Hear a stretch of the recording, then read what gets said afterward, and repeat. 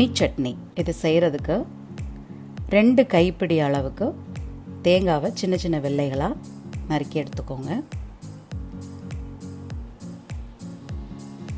அது கூட 1 கைப்பிடி அளவுக்கு பொட்டுக்கடலை சேர்த்துக்கோங்க.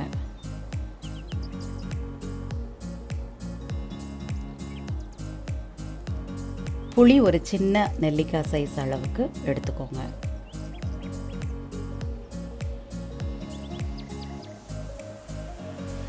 நாட்டுப்பூண்டு ஒரு 5 பல் எடுத்துக்கோங்க.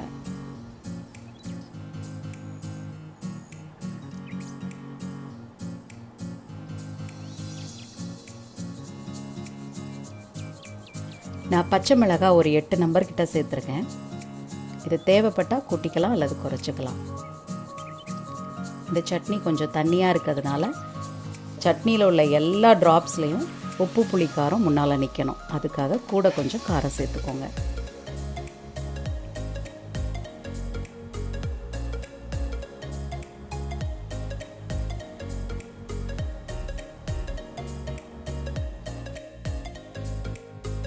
இது கூட தேவையான அளவு உப்பு சேர்த்துக்கோங்க. ஃபைன் பேஸ்ட்டாக அரைச்சிக்கோங்க. இந்த ஜார் ஃபுல் அளவுக்குமே தண்ணீர் ஊற்றிக்கோங்க. நல்லா ஜாருக்குள்ளே கரைச்சிடுங்க.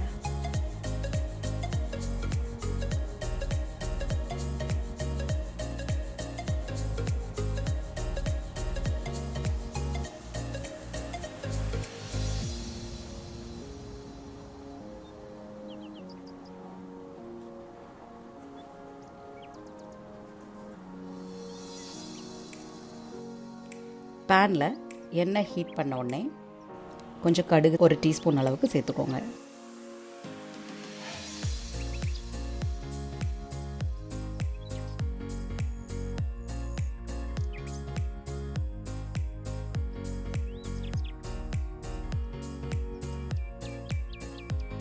கடுகு பொரிஞ்சதும் உளுத்தம்பருப்பு ஒரு டீஸ்பூன் சேர்த்துக்கோங்க. கொஞ்சம் கருவேப்பிலை இதோட ஆட் பண்ணுங்கள்.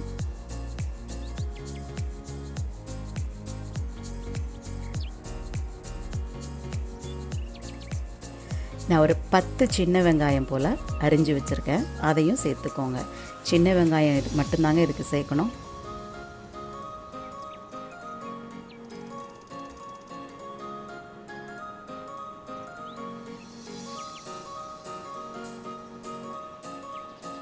நல்லா வறுத்துக்கோங்க.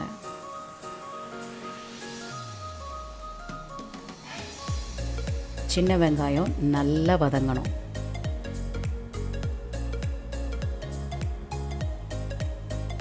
பாருங்க, நல்ல கிறிஸ்பியாக சின்ன வெங்காயம் வதங்கிடுச்சு. இதுதான் கரெக்டான பக்குவம். இந்த நேரம் 1 டம்ளர் அளவுக்கு தண்ணீர் அதில் ஊற்றிடுங்க. ஊற்றி அந்த தண்ணி சூடான உடனே அடுப்பை ஸ்விட்ச் ஆஃப் பண்ணிவிடுங்க. ஸ்விட்ச் ஆஃப் பண்ணின அதுக்கப்புறம் தான் நீங்கள் அந்த ஜாரில் மிக்ஸ் பண்ணி வச்சுருக்கிற அந்த தேங்காய் பொட்டுக்கடலை கலவையை அதில் ஊற்றணும்.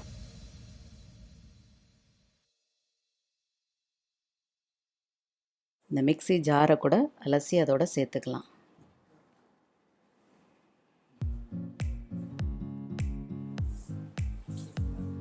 அவ்வளோதாங்க.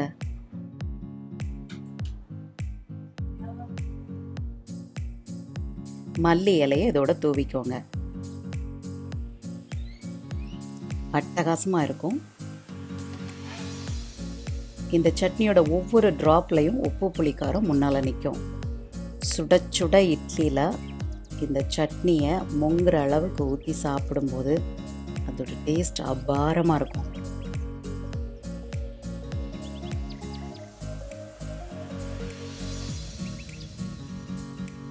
ரொம்ப நல்லாயிருக்கும். ட்ரை பண்ணி பாருங்கள். உங்கள் ஃபீட்பேக்கை என்னோடய கமெண்ட் செக்ஷனுக்கு அனுப்புங்க. தேங்க்யூ.